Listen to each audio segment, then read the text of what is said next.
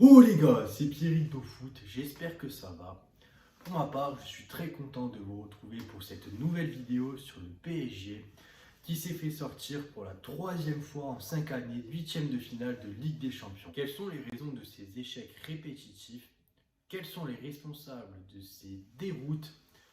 Et que faut-il changer? C'est ce qu'on va voir dans cette nouvelle vidéo, mais avant ça, n'hésite pas à liker, à t'abonner et à partager si le contenu te plaît. Le 9 mars dernier, le PSG s'est une nouvelle fois sabordé en perdant contre le Real Madrid lors de son huitième de finale retour. Après avoir remporté la manche aller 3 semaines plus tôt, le PSG n'aura pas réussi à contenir le pressing madrilène insistant. Une erreur de relance de Donnarumma ainsi que des passes ratées dans l'axe auront permis aux Madrilènes de se qualifier pour les quarts de finale de Ligue des Champions. Ce scénario n'est pas sans rappeler les défaites subies en 2017 face au FC Barcelone et face à Manchester United en 2019 lors des huitièmes de finale retour de C1. Les erreurs de concentration et un manque de lucidité flagrante viennent à chaque fois punir les bonnes prestations parisiennes au match retour. Décidément, le PSG n'arrive jamais à apprendre de ses erreurs.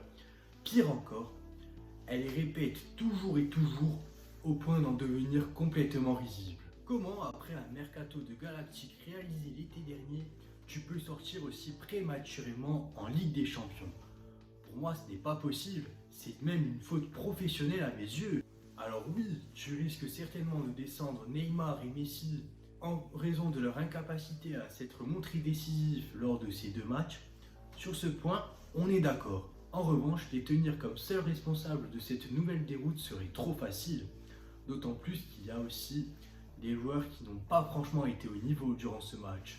Je pense par exemple à la charnière Marquinhos-Kimpembe, qui s'est tout simplement montrée fébrile lorsqu'elle est pressée, ce qui a permis à Karim Benzema d'inscrire son triplé, ou alors à un milieu qui n'arrivait pas à se défaire du pressing madrilène et qui ratait des passes assez faciles, ou bien encore qui ne savait pas se projeter vers l'avant. Remporter les trophées nationaux est le strict minimum que doit réaliser le PSG chaque saison. Et encore, cette année, non plus que la Ligue 1 a joué à la suite de leur élimination en huitième de finale de Coupe de France par l'OGC Nice. Avant d'évoquer les autres responsables de cette déroute qui se trouvent être les dirigeants, parlons tout d'abord de l'hostilité des fans à la suite de cette nouvelle humiliation. On a certainement vu et entendu, les fans du PSG ne sont pas contents et il y a de quoi.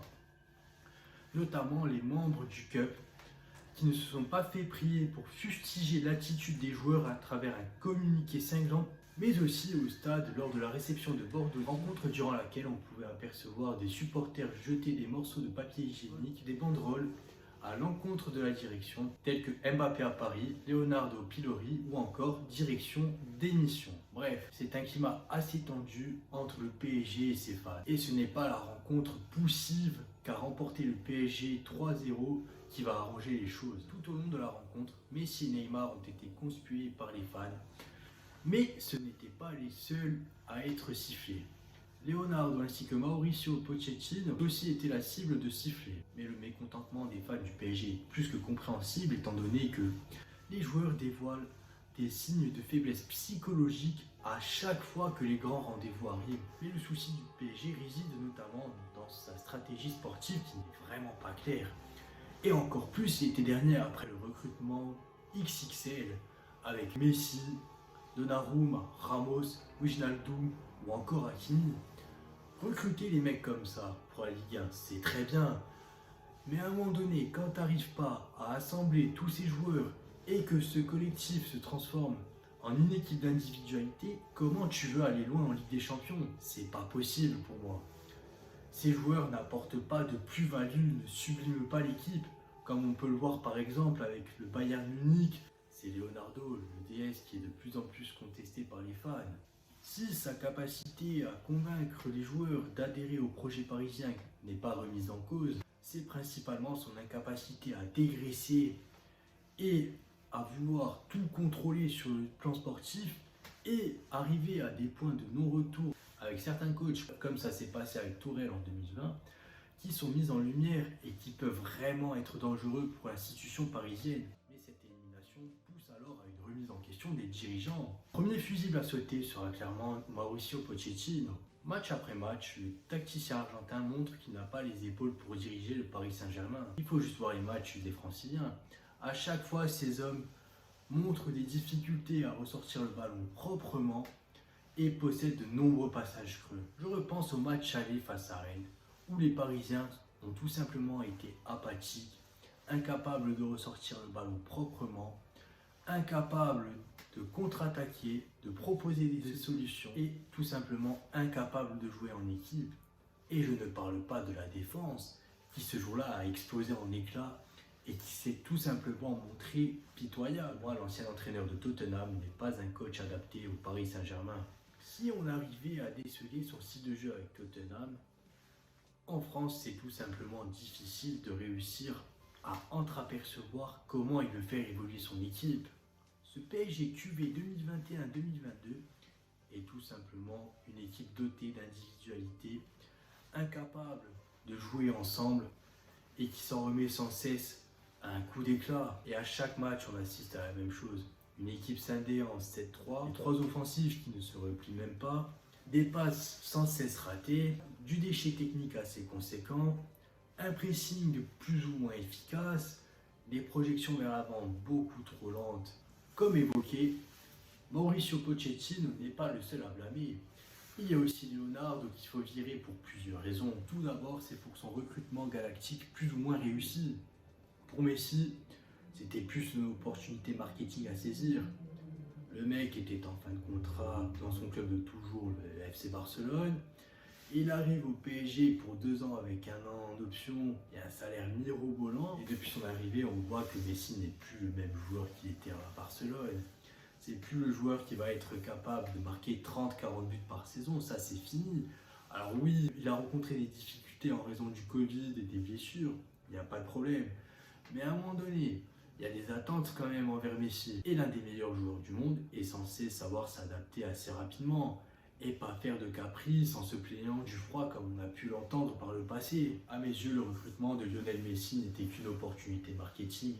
Ce n'était pas utile de le recruter. Il aurait mieux fallu conserver un Moïse Kean hyper brillant avec le PSG lors de la saison 2020-2021, combatif, généreux et qui se donne vraiment pour l'équipe, ou alors lancer et faire progresser un jeune du centre de formation comme Kali Mwendo par exemple, qui est sorti d'une saison assez bonne avec le RC Lens pour ce qui est sa première saison pro, avec 7 buts en 28 matchs.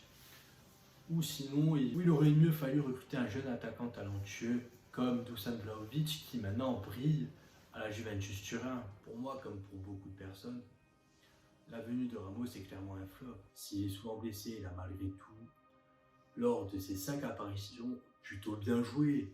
On a pu apercevoir le Ramos dur sur l'homme, doté d'un certain leadership, qui est présent à la récupération du ballon, qui possède une bonne vision de jeu, une bonne lecture de jeu, un bon sens de l'anticipation, du placement, capable de faire progresser les jeunes. Ce que j'ai pas compris avec Leonardo, c'est qu'il n'ait pas voulu prolonger Thiago Silva en raison de son âge avancé lors du Mercato 2020, et qu'1 an plus tard, il préfère recruter Sergio Ramos, âgé de 35 ans, et blessé depuis maintenant 2 saisons. Je trouve ça complètement désespérant, voire consternant. Ensuite, l'arrivée de Wijnaldum sur le papier était une idée plutôt bonne. Le mec sort de plusieurs saisons assez solides avec Liverpool, mais depuis son arrivée au PSG, il est tout simplement fantomatique. Il apparaît emprunté, incapable de réciter son football comme il savait le faire avec les Scoussers.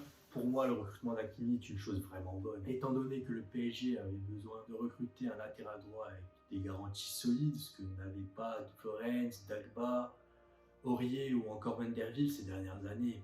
Néanmoins, le placement de Messi sur le côté droit de l'attaque lui empêche pleinement d'exprimer son potentiel, surtout quand on sait que la force du Marocain réside dans sa capacité à répéter les courses, à apporter le surnombre et à délivrer de bons ballons pour ses coéquipiers d'attaque. Le recrutement de Gianluigi Donnarumma est aussi une bonne chose, surtout quand on voit que le mec est performant à chaque fois qu'il est titularisé par Mauricio Pochettino.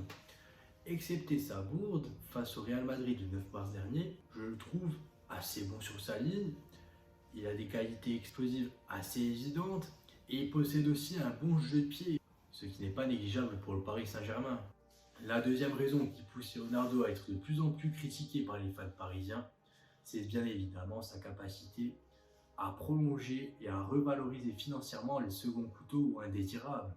Je pense à Kurzawa, Herrera, Paredes, Rico, Rafinha, Dagba ou encore Kerrer. Si Rafinha et Rico ont accepté d'être prêtés en Liga pour se relancer et trouver du temps de jeu, ce n'est pas le cas pour les autres joueurs qui ne veulent pas quitter le club en raison de confortables salaires distillés par le PSG. Je trouve ça complètement aberrant de donner des salaires XXL à des mecs qui n'apportent plus rien au PSG depuis maintenant 2-3 ans et qui se retrouvent à jouer des rôles minimes. Et enfin, la dernière raison qui amène les supporters du PSG à ne plus vouloir de Leonardo comme directeur sportif, et bien évidemment sa gestion catastrophique des titis parisiens, notamment d'un point de vue contractuel. Depuis qu'il est là, plusieurs jeunes sont partis librement en raison de l'impossibilité pour eux de pouvoir vraiment percer au Paris Saint-Germain. Et cet exode ne devrait pas s'arrêter. Je pense à Xavi Simons et Edouard Michou. Nasser Al-Khelaifi est remis en cause par ses supporters. Ces mêmes supporters ne veulent plus du Qatarien à la tête du PSG tant il n'est pas présent et qu'il offre de nombreux passe-droits à ses joueurs, que ce soit à Neymar ou à Messi. Mais son éviction n'arrivera pas de sitôt étant donné que Doha ne l'estime pas comme principal responsable de l'élimination parisienne en huitième de finale de Ligue des Champions.